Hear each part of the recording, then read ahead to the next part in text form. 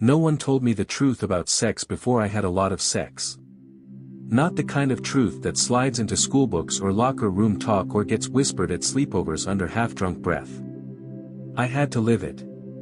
I had to wake up in someone's bed with my soul scraped thin and my body pretending it didn't just memorize a stranger's breath like a love story. I had to learn that the body is an altar, and not everyone deserves to kneel at it. They say sex is just physical. But I've felt the aftershocks of a single night echo through my nervous system for months. I've stayed too long with men who weren't good for me, not because I didn't know better, but because my cells already believed we were one thing. Because oxytocin doesn't understand red flags. Because dopamine will make a prison feel like paradise. Because orgasm isn't just a climax, it's a binding contract written in chemistry and signed in vulnerability. I've watched people confuse intensity for intimacy. I've done it. Skin to skin before heart to heart. Bed before truth, and we think we're modern for that. We call it freedom, but what if it's just a different kind of enslavement? One where we give away pieces of our sovereignty in exchange for a moment of connection we didn't earn. What they don't tell you is this: sex rewires you. It maps your memory, it softens your instincts, it makes you stay when every part of your logic is screaming, run. And even if you tell yourself it doesn't matter, even if you say you're detached, your body still remembers. There is no such thing as casual when your nervous system is that involved. And we don't need to shame the wild. I'm not here to be shaming choices. I believe in sacred chaos. In lust that tastes like lightning. But let's stop pretending that we can fuck like animals and not feel like ghosts when it's over. Because sex, real sex in your soul felt sex, isn't just about climax. It's about collapse. It's about letting someone inside your orbit so deeply that your whole inner world tilts. And that should be earned. That should be sacred. So no, sex was never just a handshake. It's a soul exchange. And if we remembered that, maybe we'd stop giving our bodies to people who haven't even earned our eye contact. You haven't truly found your person until you meet someone who shows up for you, not because you begged, not because you broke down trying to explain, but simply because they care. Genuinely. Quietly. Consistently. Because your well-being matters to them. Because your struggles aren't just yours anymore, they carry them too, without needing to be asked. The right person doesn't wait for a meltdown to understand something's wrong. They notice the shifts in your silence, the heaviness in your eyes, the change in your energy. And when life has drained you, when words feel too heavy, when even standing feels like too much, they step in. They move without being prompted. They hold you up in ways others can't see. No grand speeches. No performance. Just presence. Just love. That kind of love is rare. It's sacred. It's quiet but thunderous in impact. They'll show up even when it's inconvenient. They'll anticipate the things you don't say. They won't always get it right, but you'll never doubt their intention. You'll feel their effort, not just in what they do, but in how they choose you, over and over, especially when it's hard. And with them, you won't have to prove your worth. You won't be chasing validation. They'll know what they've found in you, and they'll protect it. They'll protect you. Not out of obligation, but out of devotion. So if you ever cross paths with someone like that, someone who moves through love with quiet strength and soft hands, don't let ego or fear push them away. Meet them where they are. Match their effort. Nourish the bond. Because love like that doesn't come often, and when it does, it's nothing short of a miracle. That kind of love won't just hold your hand. It'll hold your heart when you're too tired to hold it yourself. In a world obsessed with taking, they'll be the rare one who gives without keeping score. And when they arrive, you won't have to question it. You'll just know. They'll feel like home. And more than anything, they'll feel like peace. When a man doesn't want to change, he won't. No matter how much you love him. No matter how many times you hold space for him, explain your needs, or pour into him hoping he'll eventually rise to meet you where you are. If he's committed to staying the same, he'll simply find someone who allows it, someone who won't challenge him, won't ask him to grow, won't require the emotional maturity he's too lazy or too afraid to develop. That's not love, that's comfort. That's survival. That's a man choosing the path of least resistance because accountability feels like pressure to the unhealed. Ladies, don't ever confuse your high standards with being too much.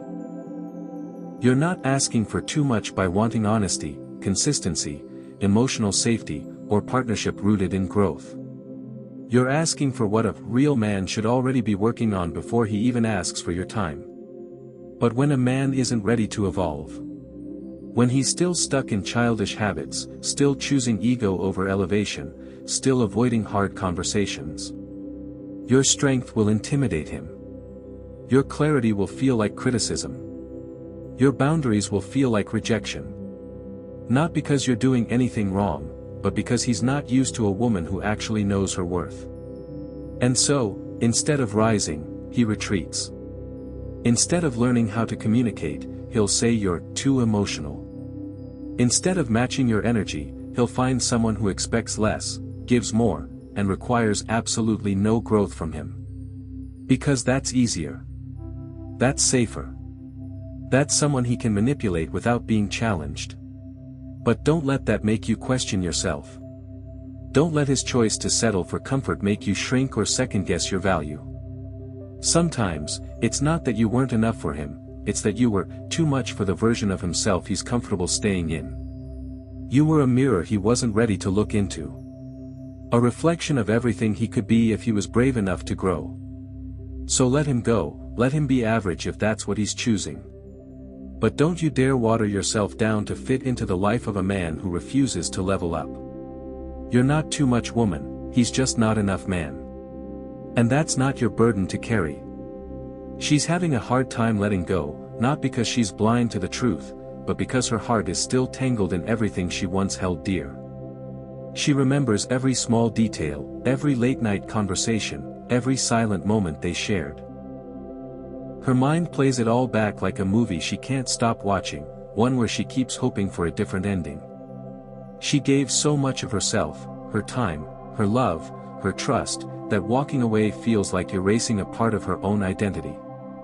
People tell her to move on, to forget, to heal, but they don't see the silent battles she fights every night when the world is quiet and her thoughts get loud.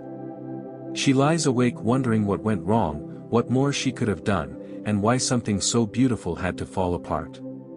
Even though she knows deep down that holding on is only breaking her more, she's afraid of what life looks like without that love. Afraid of waking up and not missing him. Afraid of healing, because healing means accepting that it's really over.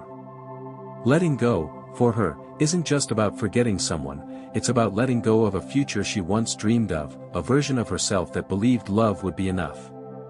And that is never easy. But one day, she will. Slowly, painfully, but surely, she will learn that letting go doesn't mean giving up. It means choosing herself. Men lead. Period. They don't wait to see how much a woman is willing to do first. They don't sit back and say, well, let me see how she moves before I make an effort. No. Real men don't match energy. They set the tone. They take initiative. They show up first. With clarity, intention, and consistency. A man who truly knows who he is doesn't play games with emotions. He's not calculating his next move based on yours. He leads with purpose. With presence. With action. Because a man grounded in who he is doesn't operate from fear, ego, or indecision. He operates from vision. If a man is interested in a woman, truly interested, he's not sitting back waiting to see how hard she's willing to ride for him before he decides to treat her right. He's not giving her just enough while hoping she overextends herself. No. A man who's emotionally mature and spiritually aligned leads with love. He creates safety. He takes responsibility for the direction of the relationship. He doesn't copy her pace, he sets it. Matching energy is what you do in games. Leading is what you do when you're serious. And this isn't about control. It's not about dominance or outdated gender roles. It's about leadership. It's about a man showing that he's capable of building something. With effort, vision, and accountability. A man who leads doesn't leave a woman guessing. He communicates. He plans. He creates space for her to feel secure, supported, and cherished. Too many men think they're standing their ground by waiting for a woman to prove herself. But that's not strength, that's fear dressed in pride.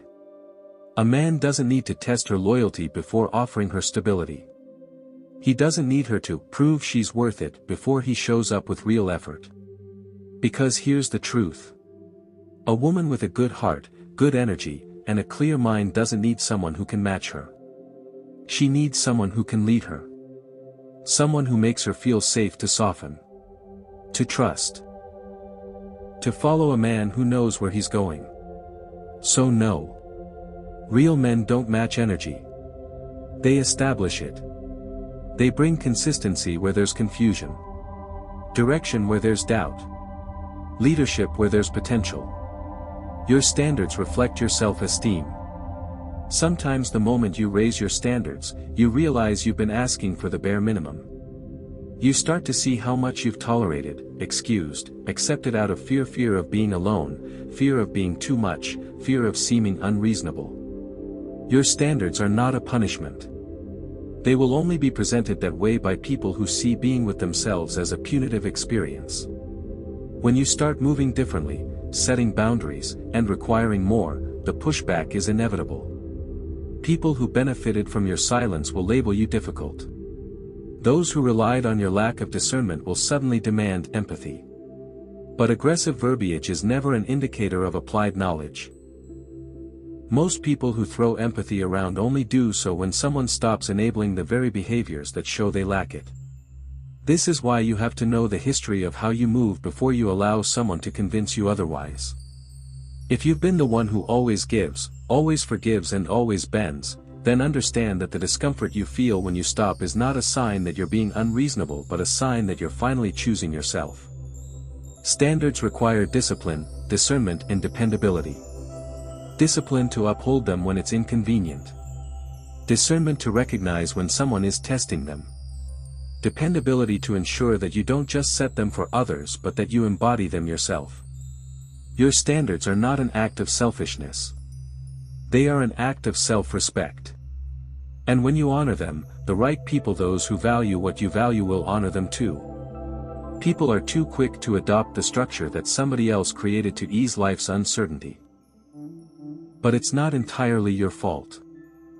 You didn't know any better as a child. You had to survive. You had to learn from your parents who probably had a rigid and narrow worldview. You had to go to school. You didn't know how to filter the information that formed the web of beliefs in your mind. The only potential you were aware of is the one that everyone else did. Get the job. Get the house. Get the spouse. Pay the bills. Stay on autopilot and pray that one day you can retire and finally be happy. This is the safe and secure route that shaped the routine of habits you have right now. The solution to a boring, repetitive, and robotic life is to change the direction of your life. You need a routine. And if you think you don't, you may not realize that you already have one, even if your routine is not having a routine or going with the flow. Routines are the programs your mind operates on to achieve a specific goal. The habits that form your current routine are creating your future in real time.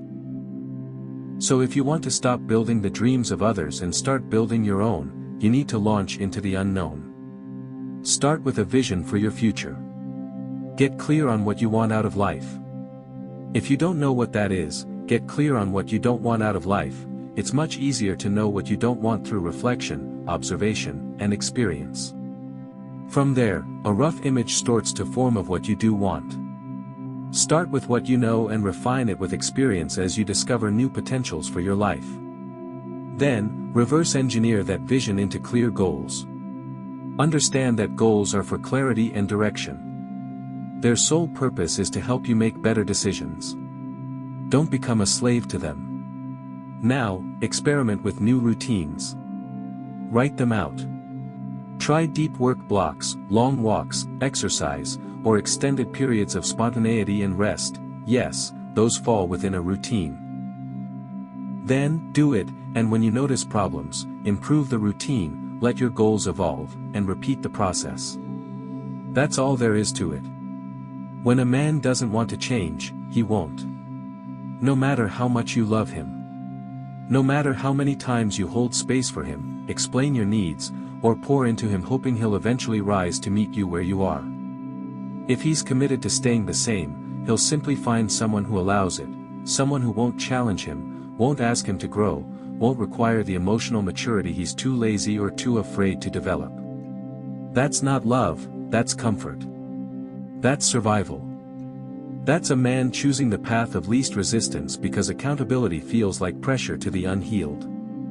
Ladies, don't ever confuse your high standards with being too much.